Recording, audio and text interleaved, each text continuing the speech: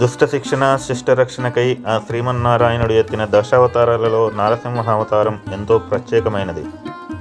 తన భక్తుడైన ప్రహ్లాదుడిని రక్షించడానికి సగం మానవుడు సగం మృగం కలిసిన అవతారం శ్రీ నారసింహ అవతారం. హిరణ్యకశిపుడి సంహారం తర్వాత ఆయన ఉగ్రరూపాన్ని శాంతింపచేయడానికి దేవతలు సైతం భయపడ్డారు. శ్రీ నారసింహుడి ఆలయాలు మన తెలుగు రాష్ట్రాల్లో ఎన్నో ఉన్నాయి. తెలంగాణలో రెండవ యాదాద్రిగా పిలువబడే ఈ ఆలయాన్ని మీకు పరిచయం చేయబోయే ముందు మీకు మా విన్నపం ఏమిటంటే ఈ ఛానల్ని సబ్స్క్రైబ్ చేయండి, బెల్ ఐకాన్ క్లిక్ చేసి మా వీడియో నోటిఫికేషన్స్ పొందండి. తద్వారా ఎన్నో ఆలయాల వివరాలు మీరు పొందవచ్చు. ఈ వీడియో చూశాక లైక్ చేసి మీ బంధుమిత్రులకు షేర్ చేయండి. సాధారణంగా నరసింహస్వామి ఆలయాలు గుట్ట మీద కొండ గుహలో ఉంటాయి. అలాంటిదే ఈ ఆలయం కూడా.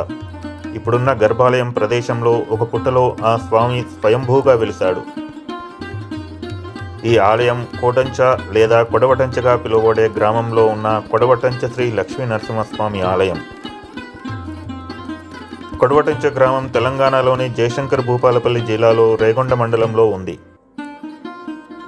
ఇక్కడ ఉన్న మూల విరాట్ కింది భాగాన ఉన్న ఒక వెండి కలశంపై స్వామివారి ఉత్సవ విగ్రహానికి ఎల్లప్పుడూ మల్లె తులసి మాలలతో అలంకరించి పూజిస్తారు.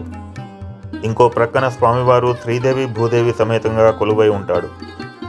ఈ ఆలయానికి ఉన్న స్థల పురాణం ప్రకారం ఈ ఆలయంలో ఉన్న అర్చక స్వాములు 5వ తరం వారు.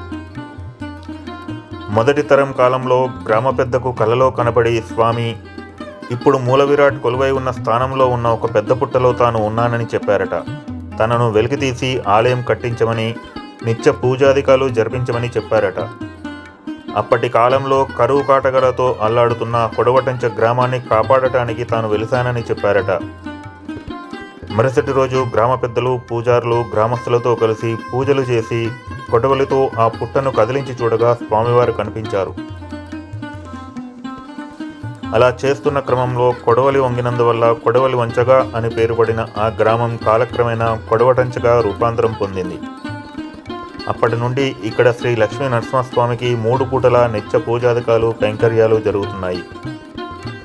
దీనితో ఆ గ్రామ ప్రజల కరువు కాటకాలు పోయి పాడి పంటలతో సుభిక్షంగా ఉన్నారట. దీనితో ఈ స్వామి ఇక్కడి వారికి కులదైవంగా పూజలు అందుకుంటున్నాడు. ప్రతి ఫాల్గుణ మాసంలో శుద్ధ దశమి నుండి బహుళ విధియ వరకు బ్రహ్మోత్సవాలు కళ్యాణం జరుగుతాయి. ఇక్కడ స్వామికి జరిపే పెద్ద సేవ చిన్న సేవలు ప్రత్యేకం. కోరికలు ఉన్నవారు మొక్కుకు ముందు మొక్కు తీర్చడానికి ఈ చిన్న సేవ పెద్ద సేవలను జరిపిస్తారు. అనారోగ్యంతో బాధపడేవారు, గ్రహదోషం ఉన్నవారు, వేరే ఇతర మానసిక సమస్యలు ఉన్నవారు ఇక్కడ స్వామిని సేవిస్తూ 11, 21 లేదా 40 రోజులు నిద్ర చేస్తారు. అనంతరం స్వామి కలలో కనిపించి ఆ బాధలు తొలగించిన దాఖలాలు ఎన్నో ఉన్నాయి. సంతానం లేనివారు కూడా ఈ స్వామిని సేవించి సంతానం పొందిన దాఖలాలు కూడా ఎన్నో ఉన్నాయి. తెలంగాణ రాష్ట్రం దేవాదాయ ధర్మాదాయ శాఖ ఆధ్వర్యంలో ఉన్న ఈ ఆలయం భూపాల పట్టణానికి 25 కిలోమీటర్ల దూరంలో ఉంది.